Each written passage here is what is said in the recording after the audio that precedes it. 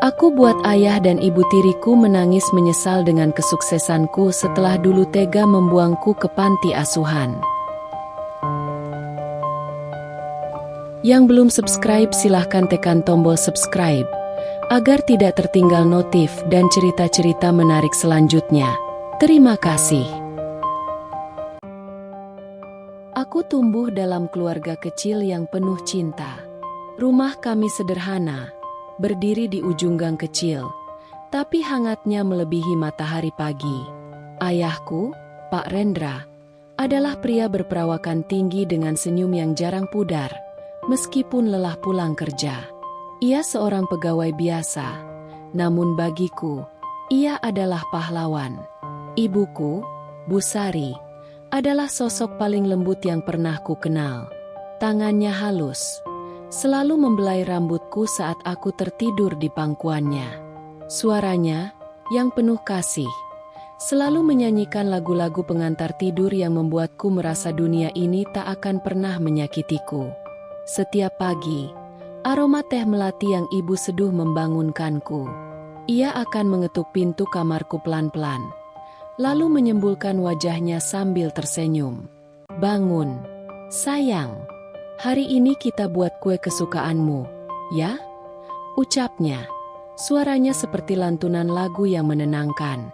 Aku mengangguk setengah sadar, lalu melompat dari tempat tidur, mengikuti ibu ke dapur. Kami tertawa saat adonan tumpah ke lantai atau saat aku tak sengaja menumpahkan tepung ke wajahku sendiri. Ibu akan mengusap hidungku yang berdebu, lalu mengecup keningku lembut. "Kamu adalah berkah terindah dalam hidup ibu," bisiknya sambil tersenyum. Saat sore tiba, ayah pulang kerja dan membawaku berjalan-jalan ke taman dekat rumah.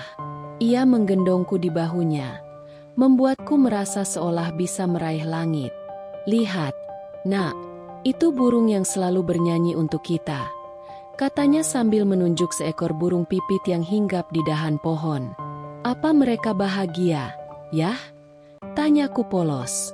"Tentu, mereka punya keluarga, sama seperti kita. Kebahagiaan itu sederhana, asal kita saling menyayangi," jawab ayah sambil tersenyum. Aku percaya saat itu bahwa rumah adalah tempat paling aman di dunia, dan keluarga adalah segalanya. Tapi kebahagiaan itu perlahan retak saat ibu mulai sering batuk. Awalnya, aku pikir itu hanya batuk biasa, tapi lama-kelamaan, ibu semakin sering terbaring lemas di tempat tidur. Wajahnya yang dulu berseri kini pucat, tubuhnya yang hangat terasa semakin dingin. "Ibu kenapa?" tanyaku suatu malam, duduk di tepi tempat tidurnya sambil menggenggam tangannya yang mulai kurus. Ibu tersenyum samar, meski matanya terlihat menyimpan luka yang dalam. "Ibu hanya lelah. Sayang, ibu akan sembuh, kok," bisiknya sambil mengelus pipiku.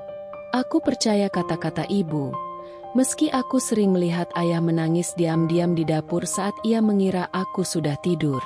Malam-malam jadi terasa sunyi. Dongeng yang biasa ibu bacakan kini hanya tinggal cerita yang menggantung di udara, tak pernah selesai. Suatu malam, aku terbangun karena suara napas ibu yang terengah-engah. Aku berlari ke kamarnya, menemukan ayah berlutut di samping tempat tidur sambil memegang tangan ibu erat-erat. Matanya memerah, dan bahunya bergetar hebat. "Ibu, bangun." "Bu, aku belum selesai dengar cerita kemarin," ucapku, mengguncang tubuh ibu yang diam tak bergerak. Ayah menarikku ke dalam pelukannya, mencoba meredam tangisku yang pecah. Aku meronta, memohon agar ibu bangun, berjanji akan menjadi anak yang lebih baik, lebih penurut, asal ibu tidak pergi. Tapi tubuh ibu tetap kaku, dan senyum terakhirnya membekas seperti luka yang tak akan pernah sembuh. Hari-hari setelah kepergian ibu adalah neraka kecil bagiku. Rumah terasa kosong, sunyi yang menyesakkan dada. Aku sering duduk di dapur, menunggu aroma teh melati yang tak pernah lagi tercium. Taman yang dulu riuh dengan tawa kami kini terasa asing. Ayunan berderit pelan saat tertiup angin, seakan meratapi kesedihan kami. "Kenapa ibu harus pergi, Yah?" tanyaku suatu malam, terisak dalam pelukan ayah. Ayah mengusap punggungku, tapi tak menjawab. Hanya ada suara napasnya yang berat, seakan kata-kata terlalu sakit untuk diucapkan. Aku terjaga sampai pagi, memandangi foto ibu, berharap bisa menyentuh wajahnya lagi. Aku masih anak kecil saat itu, terlalu muda untuk mengerti bahwa kebahagiaan bisa lenyap secepat itu. Tapi satu hal yang ku tahu pasti, kehilangan pertama dalam hidupku telah merenggut sebagian jiwaku, dan rasa sakitnya akan terus menghantuiku, mengingatkan bahwa cinta, sekuat apapun, kadang tak cukup untuk melawan takdir. Setelah ibu pergi, rumah kami berubah jadi tempat asing. Dinding-dinding yang dulu dipenuhi suara tawa kini terasa sempit dan menghimpit. Langit-langit kamar terasa lebih rendah, seakan siap runtuh kapan saja.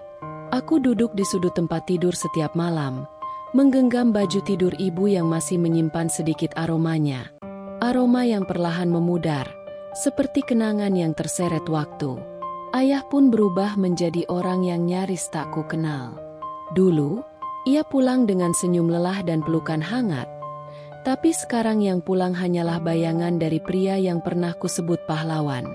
Langkahnya berat, bahunya merosot, dan matanya kosong. Aku sering menunggu di ruang tamu sampai larut malam, berharap bisa bicara dengannya, berharap ia akan menggendongku lagi seperti dulu. Tapi yang ku dapat hanya suara pintu depan yang berderit pelan dan aroma alkohol yang samar. Suatu malam, aku memberanikan diri memanggilnya saat ia pulang. "Yah, aku belum makan malam. Bisa temenin aku?" tanyaku. Suara lirih nyaris tak terdengar. Ayah menghela napas panjang, melempar tas kerjanya ke sofa, lalu menatapku dengan mata yang sembab dan lelah. "Ayah capek, Nak. Makan aja sendiri," ucapnya singkat, lalu menghilang ke dalam kamarnya tanpa menoleh lagi. Aku berdiri lama di ruang tamu yang gelap, menggigit bibirku agar tangisku tak pecah. Perutku keroncongan, tapi rasa lapar itu tidak lebih menyakitkan daripada rasa hampa yang menggerogoti dadaku. Aku makan sendiri, mengunyah nasi yang terasa hambar sambil menatap kursi kosong tempat ibu biasa duduk. Kadang, aku sengaja berbicara pelan, berpura-pura ibu masih di sana. "Bu, hari ini aku dapat bintang di sekolah," bisikku, menahan isak. "Bu, aku kangen." Tapi kursi itu hanya diam. Dunia terasa begitu kejam. Di sekolah, aku menjadi lebih sunyi. Teman-temanku perlahan menjauh karena aku selalu menolak diajak bermain. Aku lebih suka duduk sendiri di bawah pohon, memeluk lutut, dan mengamati langit. Ada kalanya aku berbisik ke awan, bertanya apakah ibu sedang melihatku dari sana. Tapi langit tetap bisu. Aku mulai membenci suara tawa anak-anak lain, seolah kebahagiaan mereka adalah pengingat betapa kosong hidupku sekarang. Puncaknya adalah malam itu. Aku terbangun tengah malam karena suara ayah menangis di kamar. Aku merayap keluar kamar, membuka pintu kamarnya sedikit, dan melihatnya duduk di lantai, memeluk foto ibu erat-erat. Bahunya terguncang, dan suara tangisnya pecah. Nyaring, menyayat. "Kenapa kamu tinggalin aku, Sari? Aku gak kuat." Isaknya, menggigit tangannya sendiri untuk meredam suara. Aku terpaku. Aku ingin berlari memeluknya, mengatakan bahwa aku masih di sini. Tapi kakiku tak bisa bergerak. Ada bagian dalam diriku yang hancur lebih dalam saat melihat ayah. Satu-satunya orang yang kumiliki, benar-benar remuk. Malam itu, aku kembali ke kamar dan bersembunyi di balik selimut. Aku menggigit ujung bantal, mencoba menahan isak, tapi tangisku akhirnya pecah juga. Aku menangis sampai tubuhku kejang, menggigil, berdoa dengan suara yang putus-putus. "Ibu, ambil aku aja. Aku gak mau sendirian lagi." Tapi yang menjawab hanya suara angin malam yang menggesek jendela. Aku menangis sampai tertidur. Tubuhku terasa begitu ringan, seolah jiwaku sudah melayang entah kemana. Dan saat fajar menyingsing, aku masih terbaring di tempat tidur dengan mata bengkak dan hati yang terasa mati. Hari-hari berikutnya aku jalani seperti hantu. Aku berjalan ke sekolah tanpa benar-benar sadar. Aku pulang ke rumah tanpa harapan akan kehangatan. Ayah semakin larut dalam kesedihannya, dan aku semakin hanyut dalam kehampaan yang menggerogoti hidupku. Dunia terus berputar, orang-orang terus tertawa, tapi aku terjebak di dalam kesedihan yang tak punya jalan keluar. Aku merasa seperti sedang tenggelam, mencoba berenang ke permukaan, tapi semakin bergerak, semakin dalam aku terseret. Aku terjebak dalam pusaran duka yang tak pernah memberi jeda. Dan yang paling menyakitkan, aku merasa aku satu-satunya yang masih hidup, sementara dunia seolah sudah mati bersamaku. Beberapa bulan setelah kepergian ibu, saat aku masih berjuang memahami bagaimana caranya bernapas tanpa rasa sakit, ayah pulang lebih awal dari biasanya. Itu aneh, karena biasanya ia menghabiskan malam-malamnya terbenam dalam duka, menghindar dariku seakan aku adalah bayangan masa lalu yang tak ingin ia lihat. Tapi kali ini, ada sesuatu yang berbeda. Ia duduk di sofa, mengajakku duduk di sebelahnya. Senyumnya canggung, seperti seseorang yang mencoba terlihat bahagia, tapi gagal menyembunyikan kegelisahan di matanya. Di sampingnya, berdiri seorang wanita. Ia tinggi, berambut panjang dan lurus, dengan wajah yang tampak cantik tapi dingin. "Ini Tante Mirna," kata ayah, mengelus rambutku perlahan. "Dia akan jadi bagian dari keluarga kita. Dia akan menjadi ibumu." Aku terpaku. Kata-kata itu menggema di kepalaku, menusuk lebih tajam daripada yang bisa kubayangkan. Aku menatap wanita itu, mencari sesuatu yang bisa membuatku merasa aman, tapi yang kutemukan hanya tatapan dingin yang menusuk. Ia tersenyum, tapi senyumannya tidak hangat, lebih mirip seseorang yang memaksakan keramahan demi kepentingannya sendiri. "Hai," katanya singkat. Suaranya datar. Aku menelan ludah, mencoba meredam gelombang emosi yang meluap. "Tapi, aku udah punya ibu," bisikku pelan. Suara nyaris tenggelam. Ayah langsung menegang. Ia menggenggam tanganku, matanya memohon, seolah berharap aku bisa menerima ini tanpa perlawanan. "Ibu udah gak ada, Nak," katanya lirih. Suara bergetar. "Kita harus move on. Tante Mirna akan bantu kita bantu ayah." Tapi bagaimana aku bisa move on ketika bayangan ibu masih hidup di setiap sudut rumah ini? Bagaimana aku bisa menerima orang lain mengisi tempat yang tak akan pernah bisa tergantikan? Malam itu, aku menangis dalam diam. Aku memeluk baju ibu lebih erat, menggigit bibirku sampai berdarah agar isakanku tak terdengar. Aku merasa seperti dikhianati, seolah kehadiran wanita asing itu menghapus keberadaan ibu dari hidup kami. Aku berusaha keras memahami ayah, tapi rasanya ia melangkah terlalu cepat, meninggalkanku tertinggal sendirian di belakang. Beberapa minggu setelah Mirna pindah ke rumah kami, semuanya terasa semakin buruk. Ia memasak, tapi makanannya hambar dan terasa asing. Ia mengatur rumah, tapi rumah ini terasa semakin jauh dari kenangan ibu. Ia tersenyum pada ayah, tapi saat ayah tak melihat, tatapan itu berubah jadi sinis saat mengarah padaku. Aku mencoba bersikap baik. Aku pikir, kalau aku cukup manis, cukup patuh, mungkin ia akan menyukaiku. Mungkin aku bisa merasa dicintai lagi. Tapi usaha itu sia-sia. "Kamu jangan bikin ayahmu repot, ya," kata Mirna suatu sore, saat ayah belum pulang. "Dia udah cukup stres. Jangan bikin masalah." Aku mengangguk, menunduk, menggenggam ujung bajuku erat-erat. Tapi keesokan harinya, Saat aku lupa membereskan piringku sendiri, ia membentakku. "Kamu pikir aku ini pembantu? Aku capek tahu, ngurus anak yang bahkan bukan anakku sendiri." Suaranya melengking, membuat dadaku sesak. Aku menatapnya, air mata menggenang, tapi aku tak berani menjawab. Aku takut kalau aku bicara, suaraku akan pecah, dan itu hanya akan membuatnya makin marah. Saat ayah pulang, Mirna berubah jadi sosok yang lembut dan perhatian. Ia menyandarkan kepala di bahu ayah, bercerita tentang betapa lelahnya mengurus rumah, mengurus aku. Dan ayah hanya mengangguk dan mengucapkan terima kasih, tanpa pernah menanyakan bagaimana aku merasa. Malam itu, aku duduk di tepi tempat tidur sambil memeluk lutut. Aku menatap foto ibu di nakas. Air mataku jatuh tanpa suara. "Bu, aku gak kuat," bisikku. Suara gemetar. "Kenapa ayah lebih milih dia daripada aku? Kenapa aku gak bisa ikut ibu aja?"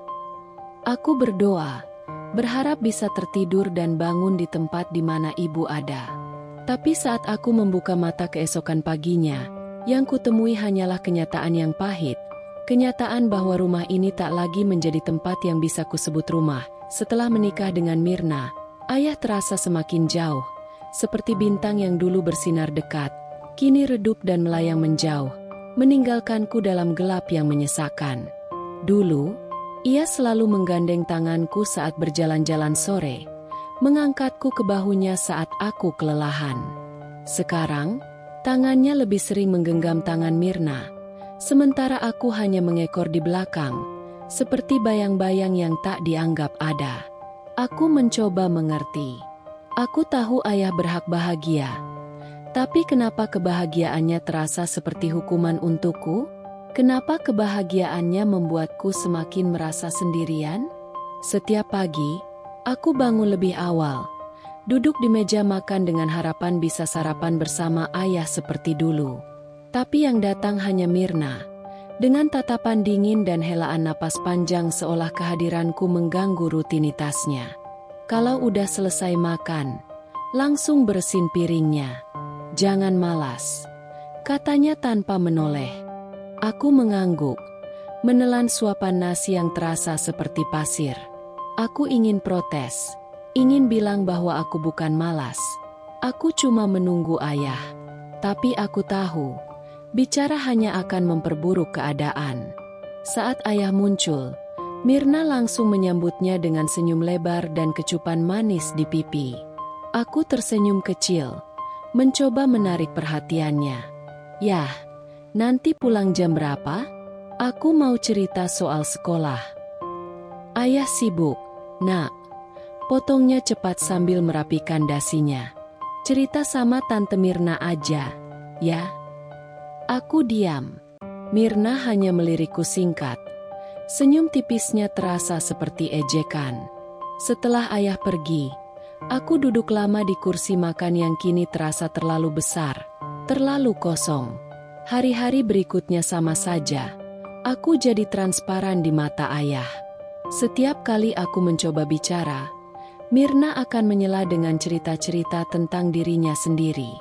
Setiap kali aku ingin memeluk ayah, Mirna akan menariknya pergi untuk jalan-jalan atau makan malam berdua. Aku masih berusaha. Aku belajar lebih giat, berharap jika aku mendapat nilai bagus, ayah akan bangga padaku lagi. Ketika aku pulang membawa sertifikat juara kelas, aku berlari ke ruang tamu, berharap ayah ada di sana. Tapi yang kutemui hanya Mirna, yang menatap kertas itu tanpa minat. "Juara kelas? Ya, baguslah," katanya singkat. "Tapi jangan sombong. Itu memang kewajiban kamu." Aku menggenggam kertas itu erat-erat, merasa prestasiku tak berarti apa-apa. Saat ayah pulang malam itu, aku mencoba memperlihatkannya, tapi Mirna sudah bercerita tentang masalah kecil di kantornya. Hal sepele yang tiba-tiba terasa lebih penting daripada aku. "Oh, iya? Hebat, ya," ucap ayah tanpa benar-benar melihat sertifikatku. lalu kembali mengobrol dengan Mirna. Hatiku hancur. Aku membawa sertifikat itu ke kamar, melipatnya, lalu menyelipkannya di bawah bantal. Aku menangis dalam diam, memeluk foto ibu yang mulai kusam. "Bu, ayah udah gak sayang aku, ya?" bisikku. Suara tercekat. Aku menunggu jawaban yang tak pernah datang.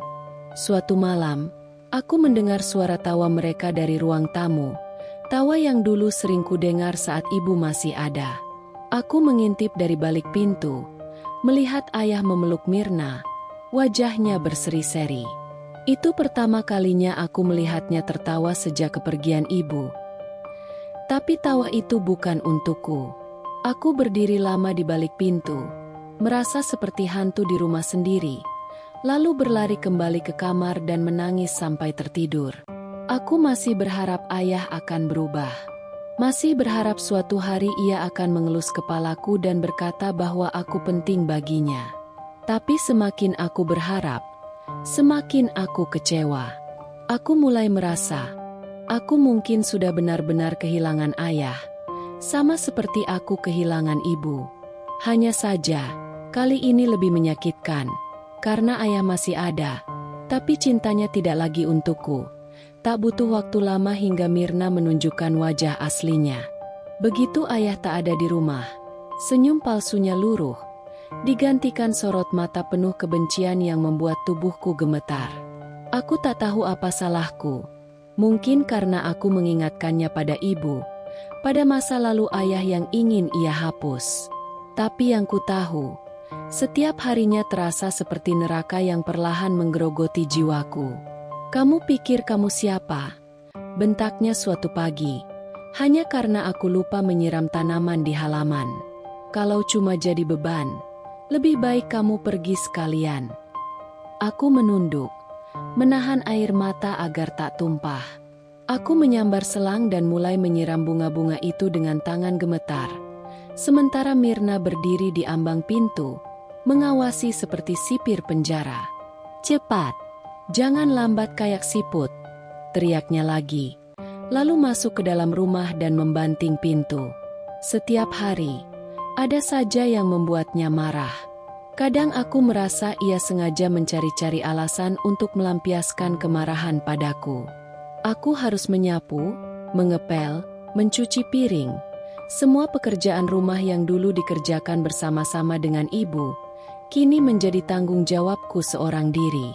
Kalau aku melakukan kesalahan, hukumannya datang tanpa ampun. Suatu hari, aku tak sengaja memecahkan gelas saat mencuci piring. Tanganku terluka. Darah mengalir dari jari-jari yang tersayat pecahan kaca. Aku panik, menangis sambil mencoba mengelap darah yang terus mengucur. Tapi bukannya membantuku.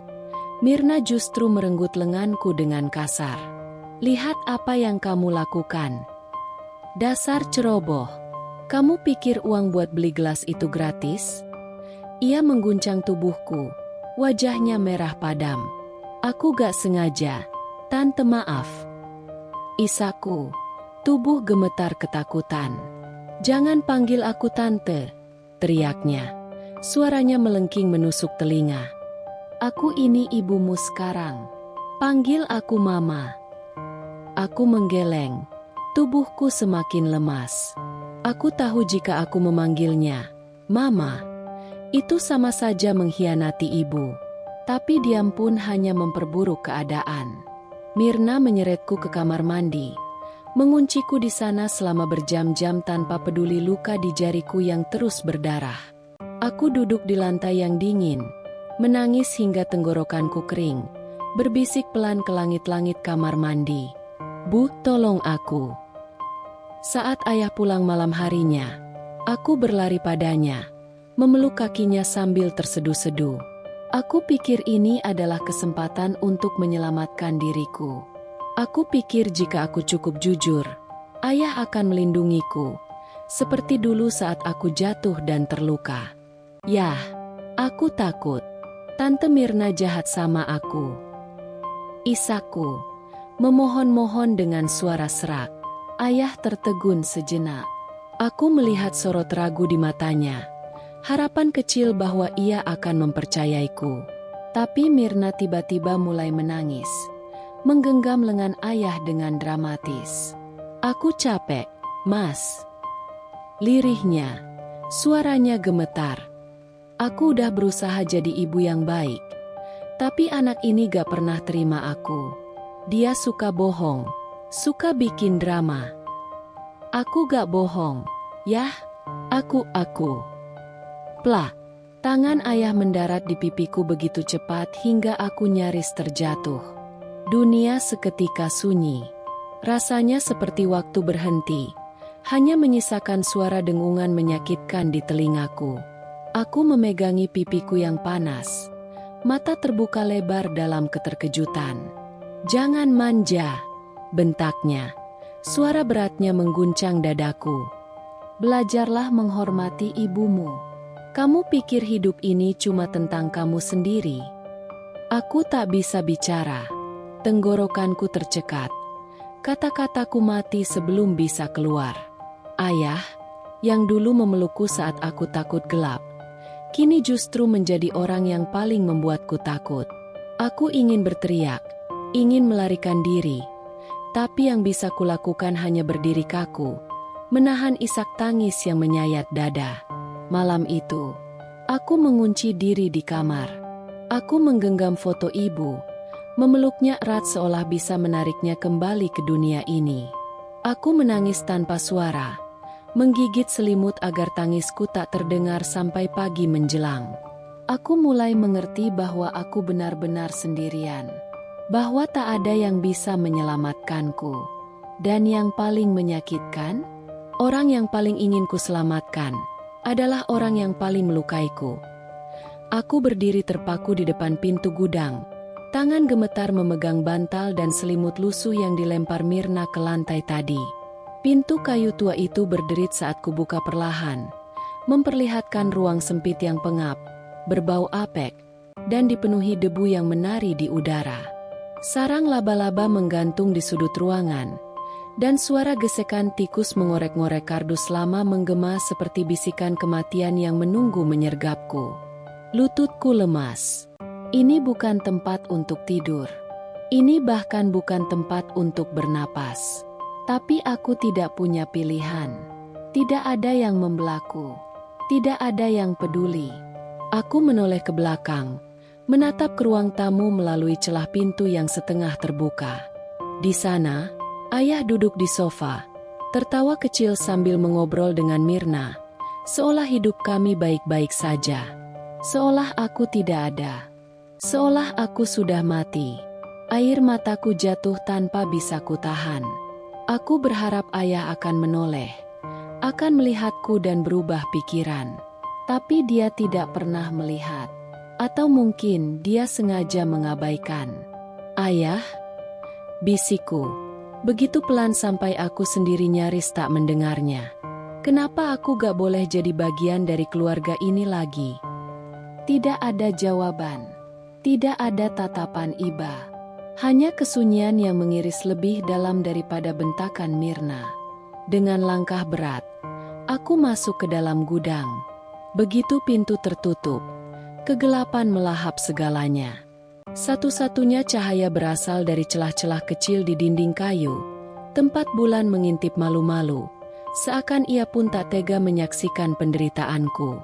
Aku duduk di sudut, menggulung tubuhku sekecil mungkin, berusaha menghilang. Dingin merayap naik dari lantai beton yang kasar, menggigit kulitku seperti belati yang perlahan menusuk ke dalam tulang. Aku memeluk lutut, menggigit bibir hingga berdarah untuk menahan suara tangis yang ingin pecah. Tapi semakin kutahan, semakin sakit rasanya. Aku terseduh, napasku tercekat. Kenangan tentang ibu berputar-putar di kepalaku, seperti luka lama yang terus dikoyak hingga menganga lebih lebar. Dulu, aku tidur di pelukannya, mendengarkan dongeng-dongengnya yang hangat. Kini, aku tidur sendiri di tengah dingin yang kejam, dengan tikus-tikus sebagai teman, dan kegelapan sebagai selimut. "Bu!" Aku gak kuat. Suaraku parau, Serak karena menangis terlalu banyak, terlalu sering. Aku berharap bisa tertidur dan bermimpi bertemu ibu. Tapi rasa takut lebih kuat dari rasa lelah. Bayangan-bayangan mengerikan menari di sudut ruangan. Suara-suara kecil semakin keras. Seolah ada yang mengintip dari celah-celah kardus. Aku memeluk diri lebih erat.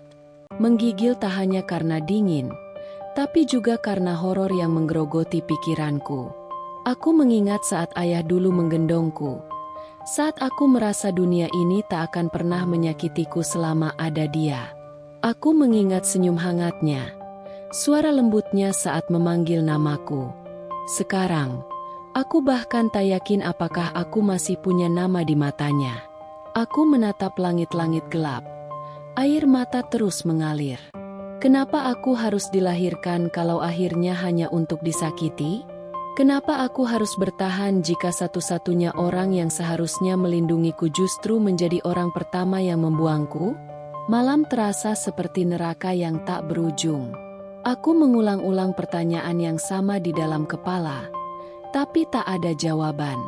Yang ada hanya rasa sakit yang terus menghantam, lebih tajam dari luka fisik manapun. Aku mulai merasa, mungkin lebih baik kalau aku benar-benar menghilang.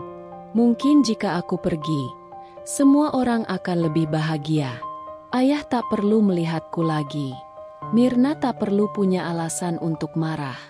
Mungkin aku harus berhenti berharap. Berhenti berharap ayah akan kembali mencintaiku. Karena semakin aku berharap, semakin aku hancur hari itu. Aku bangun lebih awal dari biasanya. Meskipun tubuhku masih sakit akibat tidur di lantai keras gudang, aku bersemangat. Karena hari ini ada pelajaran menggambar di sekolah. Aku suka menggambar. Ketika aku menggambar, aku merasa bebas. Pensil dan kertas adalah satu-satunya tempat aku bisa melarikan diri dari kenyataan yang menyakitkan. Aku menyelesaikan pekerjaan rumah lebih cepat dari biasanya. Mencuci piring dan mengepel lantai sebelum Mirna bangun. Aku berharap kalau aku cukup rajin, mungkin Mirna akan membiarkanku pergi tanpa masalah. Tapi harapanku hancur saat aku melihat Mirna duduk di meja makan, menyesap kopi sambil menatapku dengan tatapan tajam yang sudah terlalu ku kenal. "Mau kemana?" tanyanya. Suaranya datar tapi mengancam. Aku menggenggam tas lusuhku erat-erat. Jantung berdegup kencang. "Sekolah, Bu," jawabku pelan. Suara nyaris tak keluar. Mirna tertawa sinis, lalu meletakkan cangkirnya dengan keras hingga bunyinya menggema di ruangan. "Sekolah." Ia berdiri, mendekatiku perlahan seperti pemangsa yang mengintai mangsanya. "Kamu pikir kami punya uang buat buang-buang ke sekolah cuma buat anak gak berguna kayak kamu?" Aku menggeleng cepat. Air mata langsung menggenang di mataku. Aku janji bakal bantu lebih banyak di rumah. Aku gak akan bikin masalah. Aku berlutut, memohon dengan suara tercekat. "Aku cuma mau sekolah. Aku janji gak akan nyusahin." Tapi Mirna malah mencengkeram rambutku, menariknya ke belakang hingga aku meringis kesakitan. "Dengar ya, bocah, uang sekolah kamu lebih baik dipakai buat anak aku. Dia punya masa depan, beda sama kamu yang cuma jadi benalu," katanya. Lalu mendorongku hingga terjatuh ke lantai. Aku bangkit perlahan. Tangan dan lutut lecet karena menghantam lantai. Aku menatap ke arah pintu, berharap ayah muncul dan menghentikan ini semua. Tapi yang kudapati hanyalah sosok ayah yang berdiri di ambang pintu, memperhatikan kejadian itu tanpa ekspresi. Mataku membesar. Ini kesempatanku. Ini saatnya dia bicara dan membelaku. "Yah, aku pengen sekolah." Suaraku bergetar, hampir tak terdengar. "Aku gak akan minta apa-apa lagi. Aku cuma pengen belajar." Ayah menunduk sebentar, menghela napas, lalu melirik Mirna yang menatapnya sambil melipat tangan di dada, seolah menunggu jawabannya. Dan saat bibirnya terbuka, kata-kata yang keluar merobek hatiku lebih kejam daripada pukulan apapun. Dengerin ibu kamu. Aku merasa seperti nyawaku dicabut saat itu juga. Lututku terasa lemas, tubuhku gemetar, dan napasku sesak. Tapi, yah, suaraku hampir mati, tersedak di tenggorokan.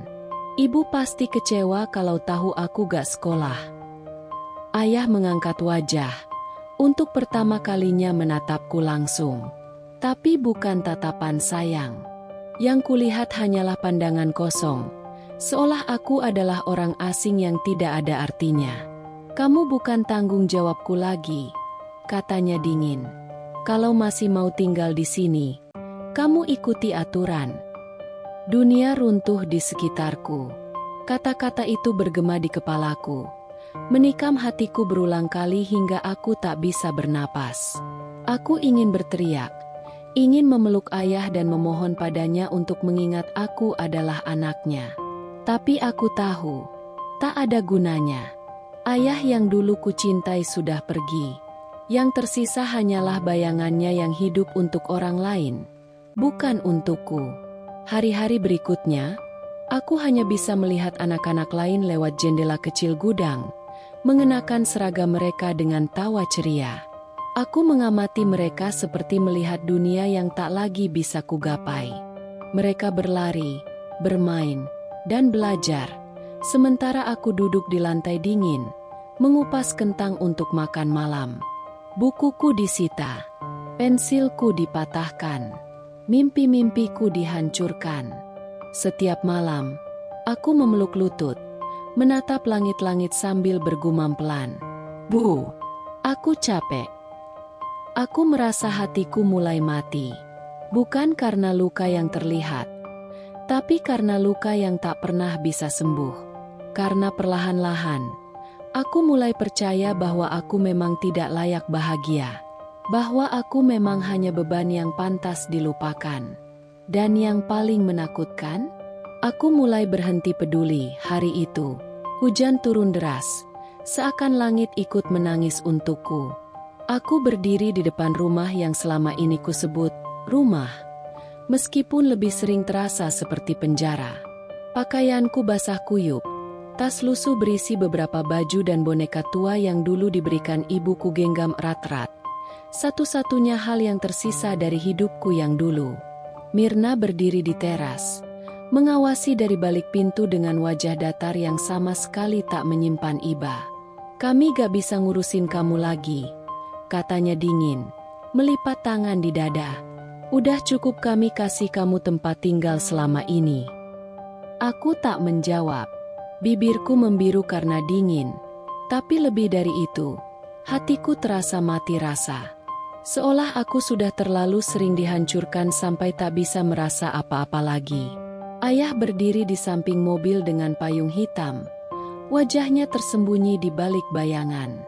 Aku menatapnya, berharap ada secuil belas kasihan tersisa di hatinya. Bahwa setidaknya, sebelum aku pergi, dia akan memelukku untuk terakhir kalinya. Tapi tidak ada pelukan, tidak ada tatapan, hanya keheningan yang membunuhku perlahan. Sopir membukakan pintu, dan ayah masuk tanpa mengucapkan sepatah kata pun.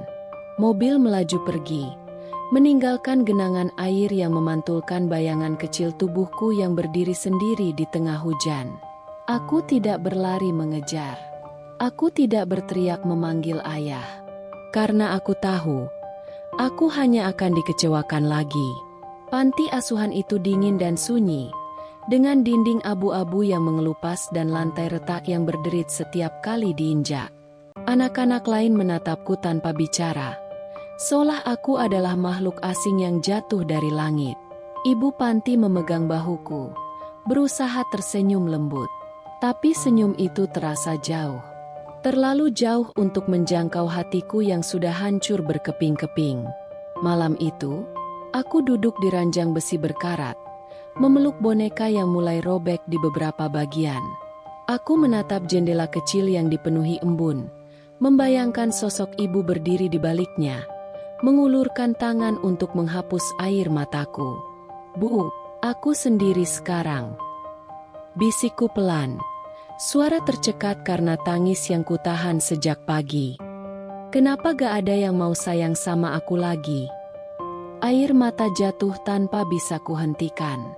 Aku menggigit bibir sampai berdarah. Berusaha tidak menangis terlalu keras agar anak-anak lain tidak terganggu. Tapi semakin kutahan, semakin sakit rasanya. Aku memejamkan mata, berdoa dalam hati agar semua ini hanya mimpi buruk yang akan berakhir saat aku bangun. Bahwa ayah akan datang menjemputku, menggendongku seperti dulu, dan mengatakan semuanya akan baik-baik saja.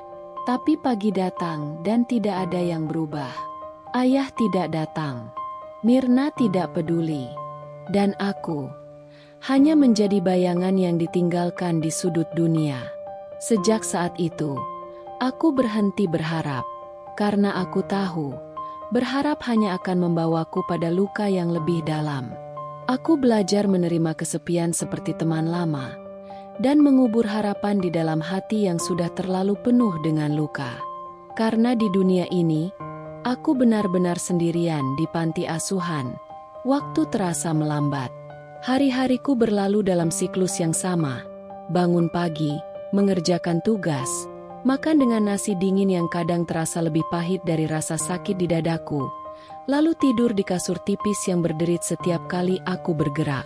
Tapi yang paling menyakitkan adalah malam-malam sunyi. Di saat anak-anak lain tertidur, aku terjaga, menatap langit-langit dengan pikiran yang berputar tanpa henti. Aku mengingat wajah ibu yang samar-samar mulai pudar dalam ingatanku. Aku mengingat ayah yang pergi tanpa berpaling. Aku mengingat Mirna, dengan tatapan bencinya yang menghantui setiap mimpi burukku. Ada malam-malam di mana aku menangis sampai tertidur. Ada malam-malam di mana aku berdoa, meski aku tidak yakin Tuhan masih mau mendengarku. Dan ada malam-malam di mana aku hanya duduk, memeluk lutut, bertanya-tanya kenapa aku masih ada di dunia ini. Namun, segalanya mulai berubah saat aku bertemu Bu Rina. Dia adalah seorang guru relawan yang datang seminggu sekali untuk mengajar anak-anak panti. Rambutnya sedikit beruban, tapi senyumnya hangat. Senyum yang membuatku mengingat ibu, meski hanya sedikit. Suatu hari, dia menemukan aku duduk sendirian di pojok ruangan, menggambar bunga dengan pensil tumpul di selembar kertas sobek. Aku menggambar pelan, hati-hati, seolah dengan menggambar aku bisa menghidupkan sesuatu yang lebih indah daripada hidupku sendiri. Boleh ibu lihat gambarnya? Suaranya lembut, tidak seperti suara Mirna yang penuh kemarahan. Aku mengangguk pelan, menyerahkan kertas itu dengan tangan gemetar. Aku takut dia akan mengolok-olokku, tapi yang kudapat justru sebaliknya. Ini indah sekali, Naila, katanya, matanya berbinar-binar. Kamu punya bakat luar biasa.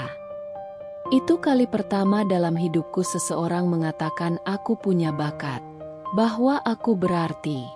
Sejak hari itu, Bu Rina sering mengajakku bicara setelah pelajaran selesai. Dia memberiku buku-buku bekas untuk dibaca, bahkan memberiku pensil warna yang sudah pendek-pendek tapi terasa seperti harta karun bagiku. Suatu hari, saat aku selesai membacakan puisi yang kutulis sendiri, Bu Rina memegang tanganku dan berkata, "Kau anak yang cerdas, Naila. Jangan biarkan masa lalumu menentukan masa depanmu." Aku tertegun. Kata-katanya menggema di pikiranku, menghancurkan dinding-dinding ketidakpercayaan yang kubangun sejak kecil.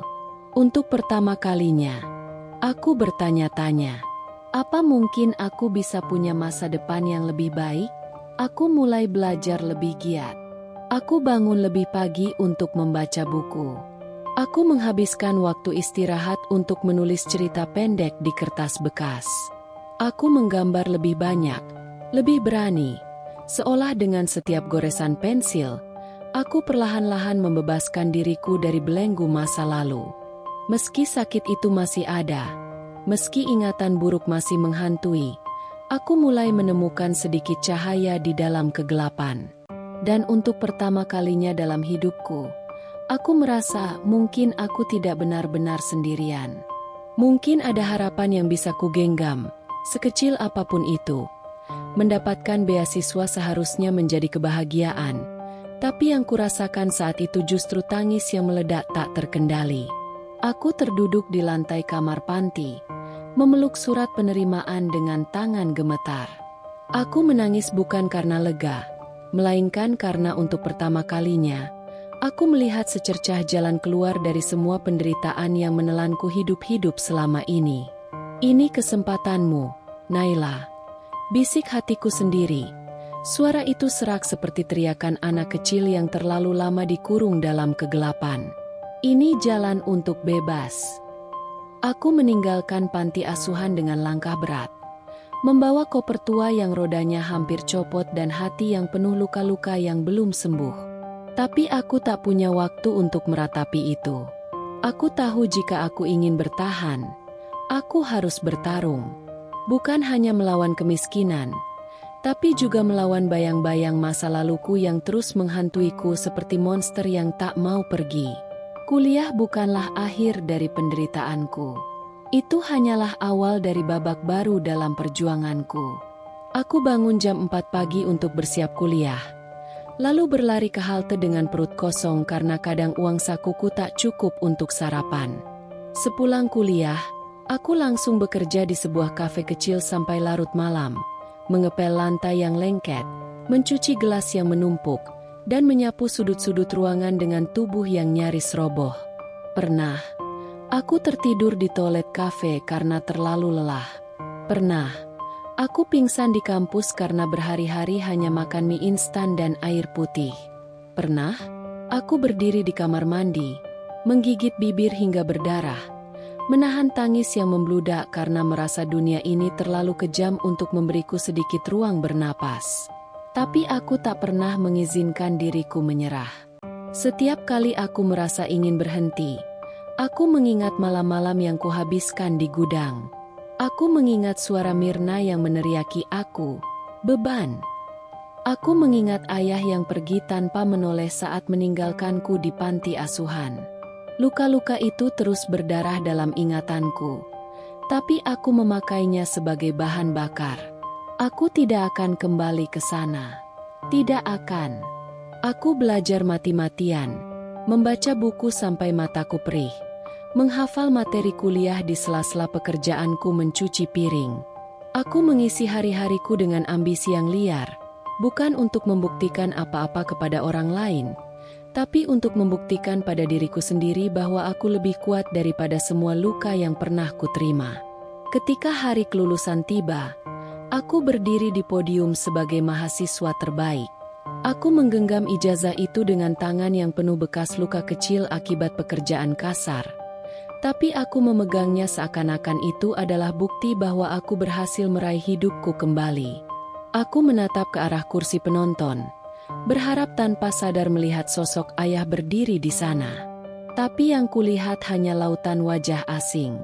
Tak ada keluarga. Tak ada yang menunggu untuk memelukku. Dan saat itulah aku sadar. Aku telah bertarung sendirian selama ini. Dan aku menang sendirian. Aku turun dari podium dengan senyum getir dan air mata yang mengalir tanpa henti. Aku berjalan pulang ke kosan sempitku, duduk di sudut kamar, dan menangis sepuas-puasnya. Bukan karena sedih, tapi karena aku akhirnya bebas. Aku menangis untuk anak kecil yang pernah dipukuli, diteriaki, dan dibuang. Aku menangis untuk gadis kecil yang dulu memohon agar ayahnya berbalik, tapi hanya menerima punggung yang semakin menjauh. Dan malam itu, aku memeluk diriku sendiri, berbisik pelan. Aku bangga sama kamu, Naila. Kamu sudah bertahan. Aku berjanji pada diriku sendiri bahwa aku akan membangun hidup yang tak lagi menyisakan ruang untuk penderitaan. Bahwa aku akan menciptakan kebahagiaan yang tak bisa dicuri siapapun dariku lagi.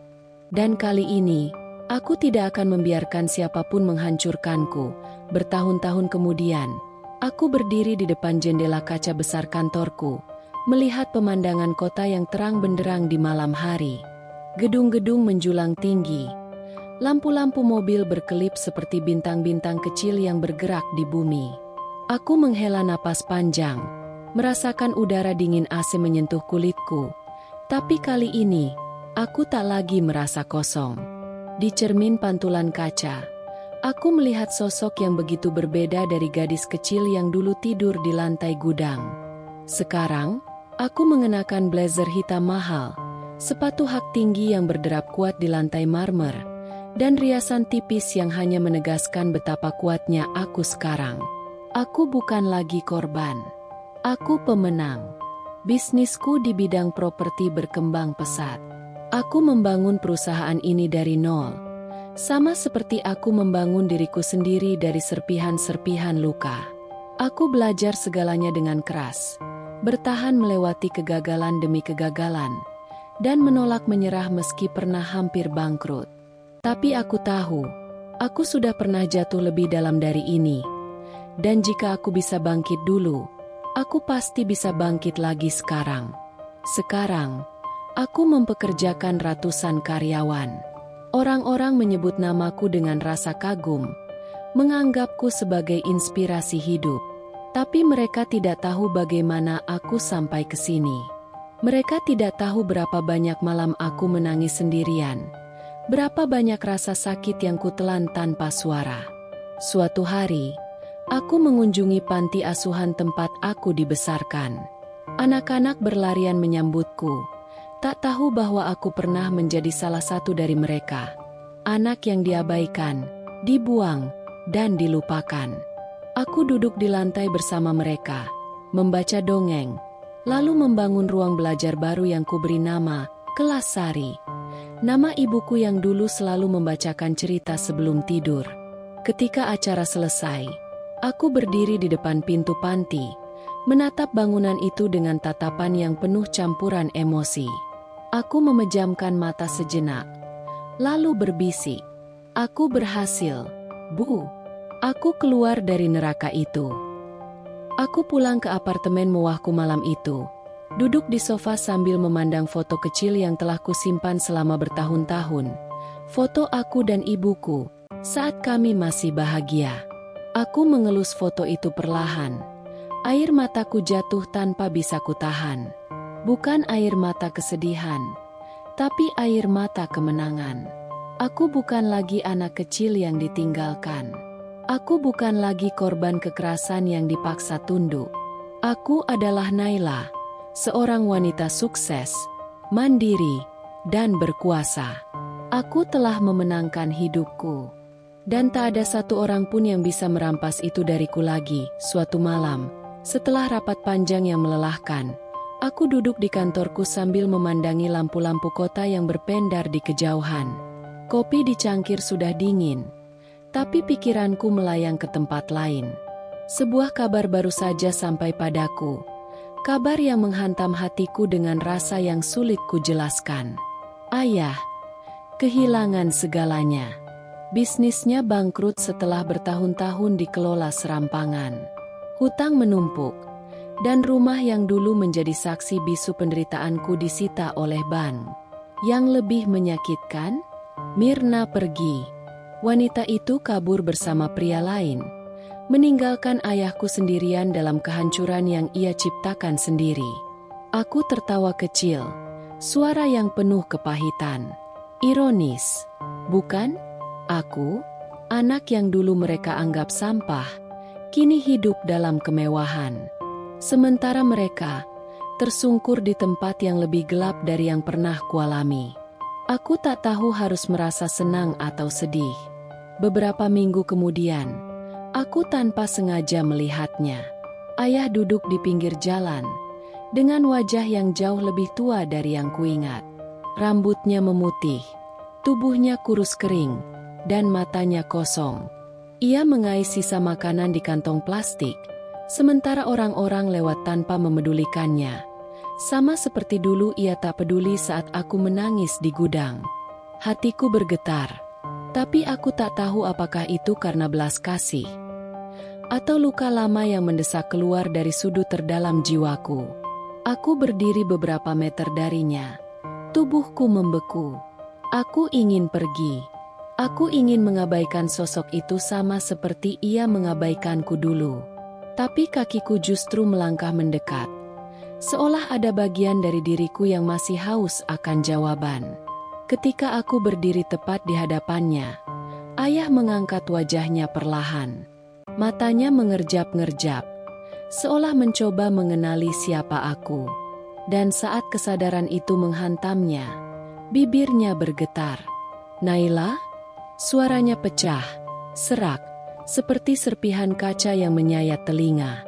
Aku menatapnya tanpa bicara. Ada begitu banyak yang ingin kukatakan, ingin kuteriakan. Aku ingin bertanya kenapa ia tidak pernah membelaku. Kenapa ia membiarkan aku dihancurkan oleh Mirna? Kenapa ia membuangku seperti barang rusak yang tak diinginkan?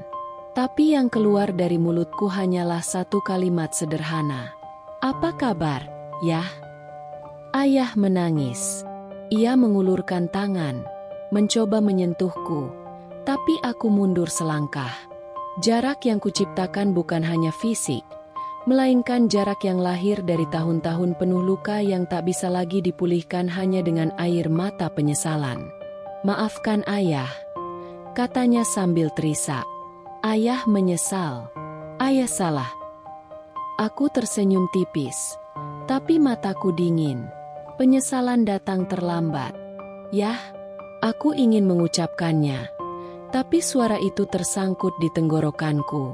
Aku merogoh dompet, mengeluarkan selembar uang, lalu meletakkannya di tangan ayah yang gemetar. Bukan karena aku masih peduli, tapi karena aku ingin menutup bab ini dalam hidupku dengan kepala tegak. Aku telah memaafkan, tapi aku tak akan pernah melupakan. Sebelum pergi, aku menatapnya untuk terakhir kali dan berkata, "Aku harap ayah menemukan kedamaian." Lalu aku berbalik, melangkah pergi tanpa menoleh. Dan untuk pertama kalinya dalam hidupku, aku merasa benar-benar bebas. Hari itu hujan turun deras. Langit kelabu, seakan ikut merasakan badai yang akan menghantam dadaku sebentar lagi. Aku sedang sibuk menandatangani berkas-berkas saat sekretarisku mengetuk pintu dan berkata, dengan suara ragu, "Bu Naila, ada yang ingin bertemu." Dia bilang ini penting. Aku mengangguk tanpa mengalihkan pandangan dari dokumen di depanku.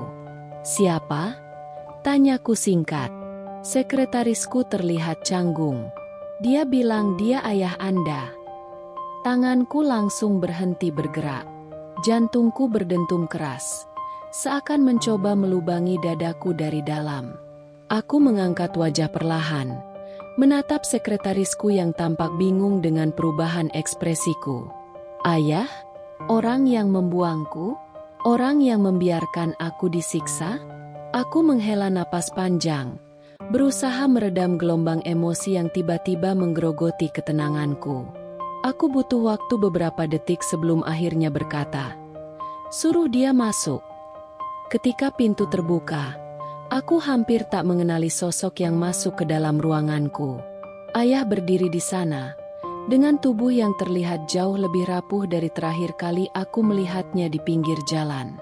Kulitnya keriput, matanya cekung, dan pakaiannya lusuh, basah oleh hujan. Dia tampak seperti bayang-bayang dari pria yang dulu pernah kupanggil pahlawan. Tapi bagiku, pahlawan itu sudah mati sejak bertahun-tahun lalu. Ia melangkah masuk dengan ragu, kakinya gemetar, dan suaranya nyaris pecah saat menyebut namaku. "Naila." Aku duduk tegak di kursi kulit hitamku, menyilangkan tangan di dada, menatapnya tanpa ekspresi. Aku tak mempersilakannya duduk.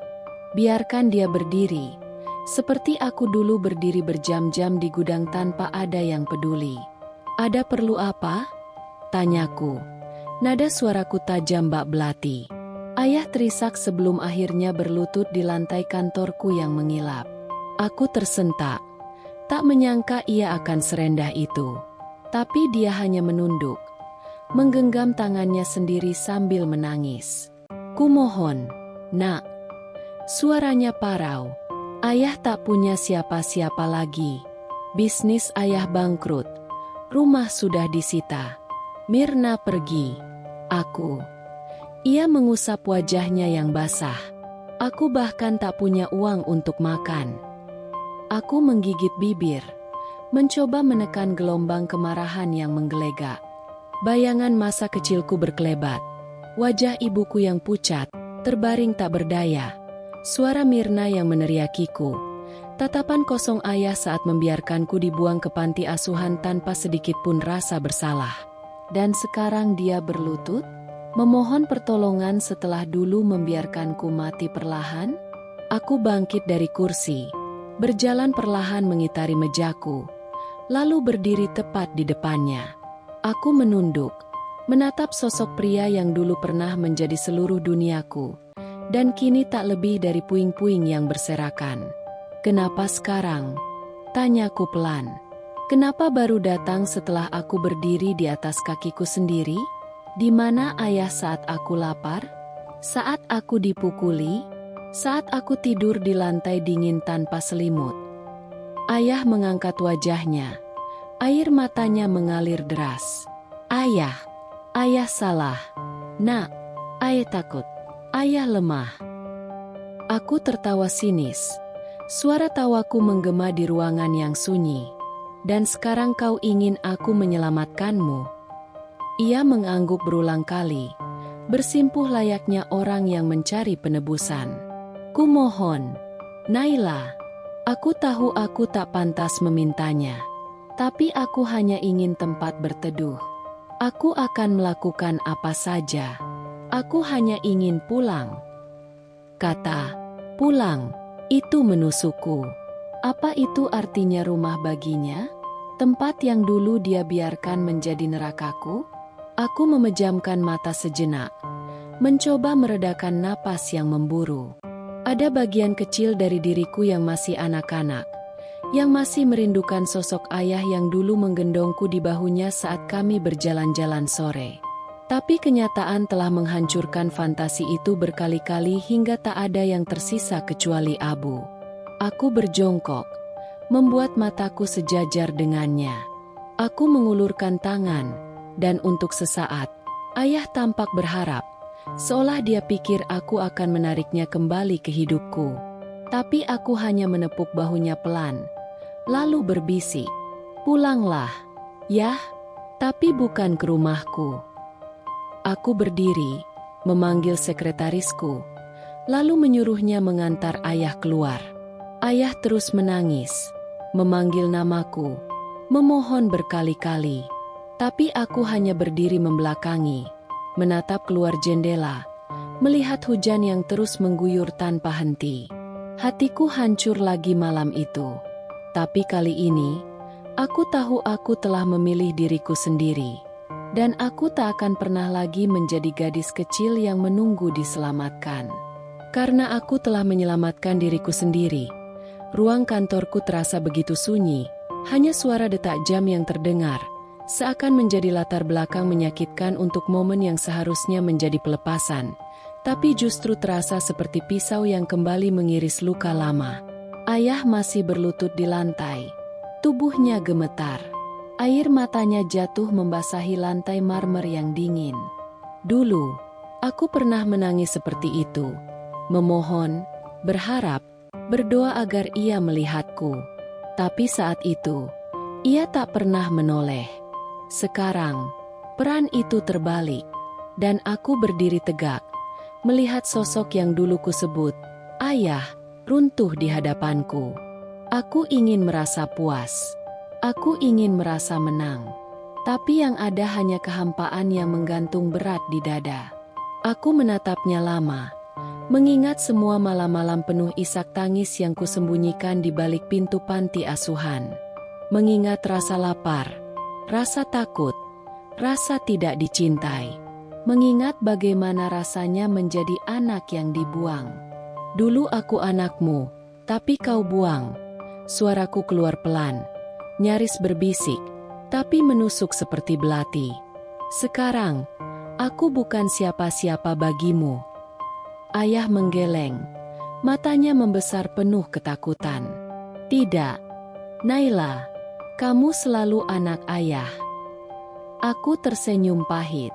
Anak, kata itu terasa asing bagiku. Aku bahkan sudah lupa bagaimana rasanya menjadi anak seseorang. Aku berbalik perlahan. Setiap langkah terasa berat. Tapi aku tahu ini satu-satunya cara untuk benar-benar mengakhiri semuanya. Ayah merangkak ke arahku. Tangannya berusaha menggapai kakiku. Tapi aku melangkah menjauh tanpa ragu. Seperti dia dulu melangkah pergi dariku tanpa menoleh. Karma telah datang. Dan aku sudah lelah menanggung luka yang bukan salahku. Tanpa sepatah kata lagi, aku membuka pintu, keluar dari ruangan itu, dan tidak pernah menoleh ke belakang. Di luar, hujan masih deras. Tapi kali ini, aku merasa seolah telah keluar dari badai yang mengurungku selama bertahun-tahun.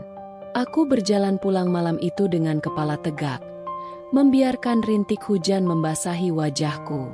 Bukan untuk menyembunyikan air mata, tapi untuk merasakan kebebasan yang selama ini hanya bisa kuciptakan dalam mimpi. Karena akhirnya, aku benar-benar merdeka.